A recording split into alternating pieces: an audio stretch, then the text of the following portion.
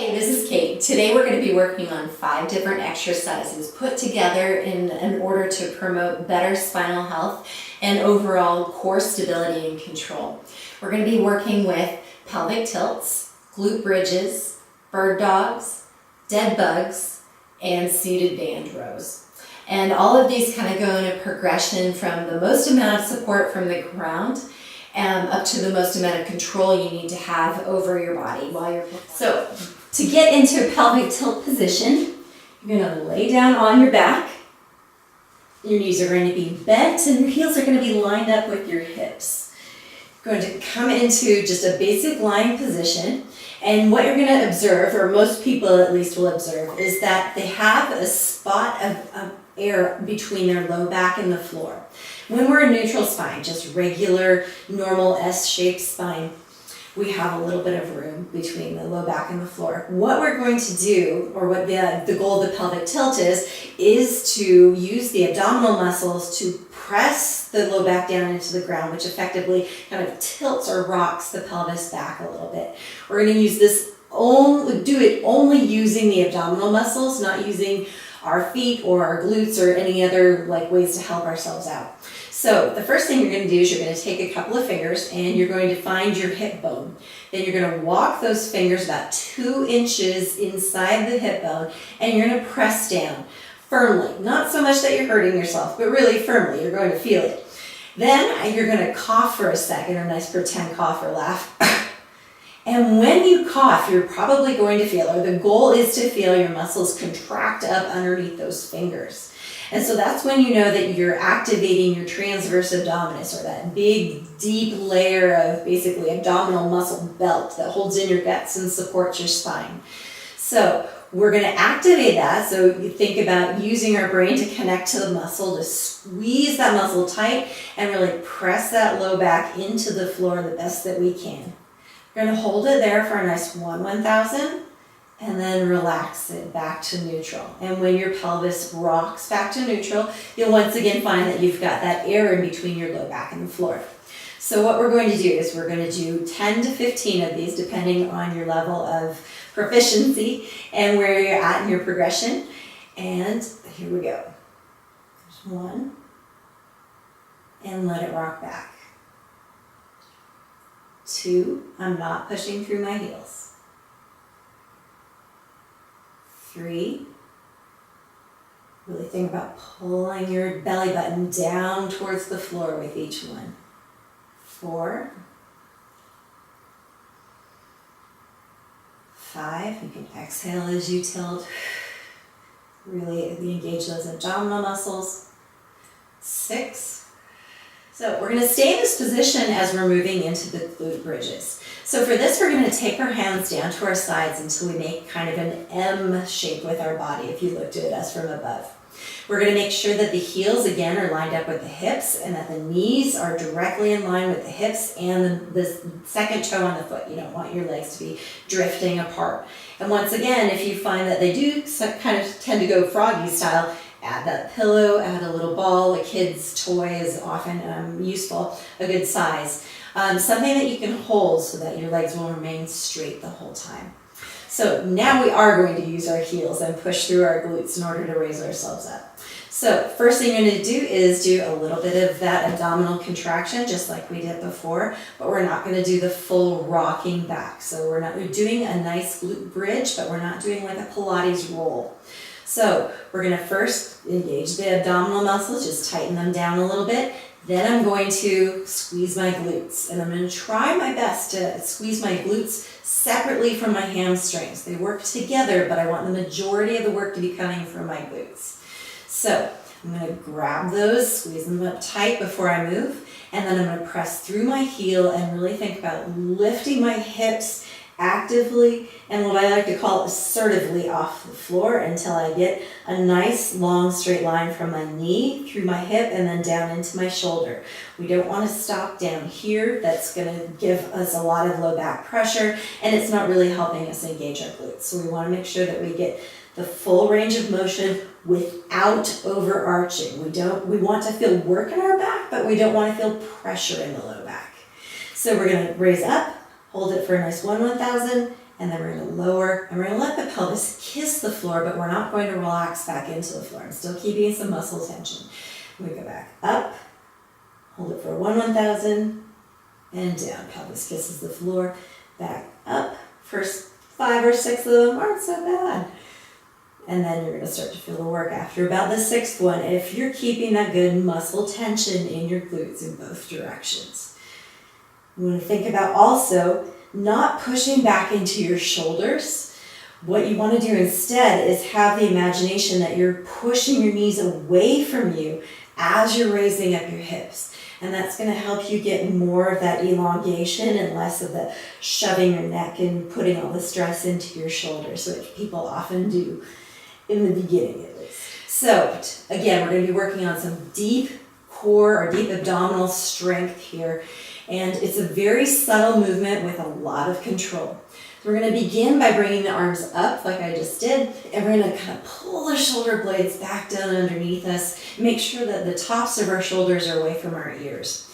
We want to maintain this extended arm and hands right over the shoulder position the whole time. Next, we're going to bring up the legs one at a time with the knees bent to 90 degrees and the foot kind of flexed back towards us. We're not going to have, a limp ankle right now. Then we're going to smush the low back into the floor with a nice big exhale, and this is where that pelvic tilt practice comes in really handy. We're going to smush the low back down, and then we're going to maintain this position. Now you've probably noticed that my breathing changed, and that is because I am actively really smushing my low back into the floor as much as I am able. And then I'm going to release and come back down for a second and regroup. What you're ideally looking for is being able to maintain that smushed low back position with that intense deep contraction for as long as possible. Learning to breathe in and out while you're maintaining that. Once that gets to be pretty easy, so to speak, then you're going to move into a dead bug march. So what that's going to look like is same position with your shoulders down into the floor, your neck in neutral. You're going to bring those knees up again. And then we're going to smush that low back into the floor. And then one leg at a time, you're going to keep your knees bent and tap the heel on the floor while still keeping that deep abdominal contraction.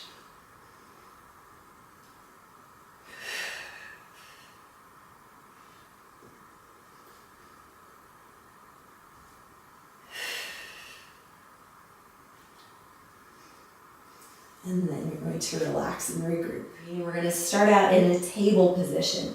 Now the table position means that we've got our hands directly underneath our shoulders and our knees directly underneath our hips, like we're making a table with our body.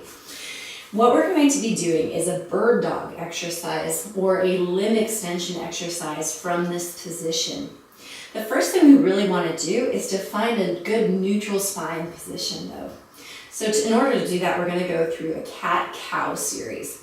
So cat means that we're going to arch our back, pulling in our abdominal muscles as much as we can, getting as much lengthening through the spine as possible in this direction. And then we're going to slowly shift to the other direction into cow. Now, here's my caution about cow. If you are someone who is currently experiencing low back issues or any sort of spinal stuff going on, be extremely careful and slow and deliberate with your cow, and don't go to your end range of motion. Just get a little bit of extension going, but don't look for a big sway back. It won't be your friend. So we'll go through that series 2 or 3 times. I'm going to be doing it 3 today. And then when I relax, my spine tends to settle right into what I would call a neutral spine. So from here, we're going to brace the abs. So I'm going to pull my abs in, but I don't change the shape of my spine when I pull them in. I just kind of secure them up as tightly as I'm able while still breathing. So that's what we would call bracing, being able to keep them still and compressed and supportive, but not, that maximal squeezing like we did on the floor a minute ago with the dead bugs. Then from here, we're going to extend one limb at a time. We're going to start by extending one arm and keeping that nice bracing of the abdominals and keeping everything else still in between. We want the rest of the table to be as sturdy and flat as it was before. Then we're going to keep nice bracing in the abs. I'm also going to be squeezing my glutes, both sides right now. And then I'm going to press the opposite leg with the heel. I'm not reaching with the toe, I'm reaching with the heel towards the wall behind me. And then we're going to stay here for 3 to 5 seconds, holding tight in the abs. The goal is to stay in as much of a table position as possible, so no rocking side to side, no arching the low back. And then we're going to bring the hand and the leg back into that starting position again. Abdominal bracing, squeezing the glutes, and we're going to work on the other side. So you're going to press that leg behind you, keeping the abs braced, the spine in neutral.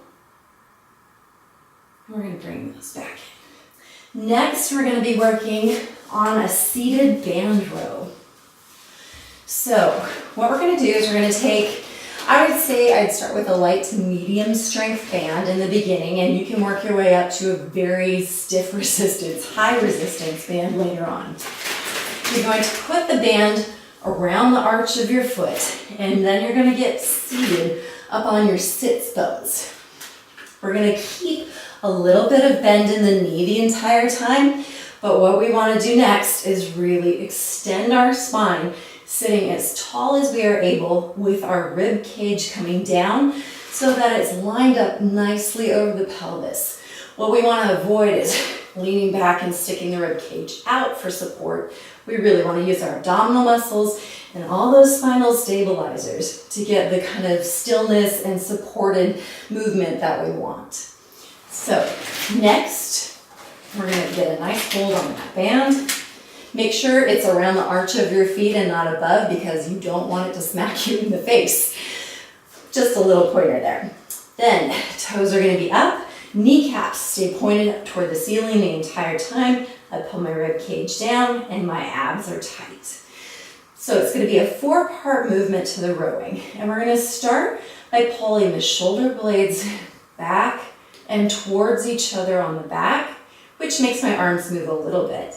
And then I'm going to row by pulling my elbow directly back, not lifting my hands or doing any other kind of movement, just pulling my elbow back to my side, and then extending the arm back out, and then releasing the shoulder blades. So we want to maintain the same position with the upper body the entire time, with the whole trunk. It needs to be nice and tall and long. We're going to slide the shoulder blades back, and we row with the elbow, hold it for a moment, allow the elbows to straighten, and then release the shoulder blades. In the beginning, learning to move your shoulder blades independently of your arms and your torso can be a little bit of a project. It's really important though, so take the time to really focus on feeling those muscles around the shoulder blades the best that you can, and it really takes practice and a bit of brain sweat to get good at this. And then moving those alone before you do any rowing movements. And personally, I find the part, not here, so we're going to pull the shoulder blades down, row this part. The lengthening of the arms with keeping the shoulder blades pulled back. I consider that to be probably the most challenging part of the movement, and the one where you might want to be concentrating a little extra. So what I recommend is doing 3 sets of each movement. 10 to 15 reps, depending on how you feel, your strength level. I hope that all of these exercises help you out, help you develop better core strength and spinal stability, and really create a situation where you're able to move a lot without having any pain or other issues.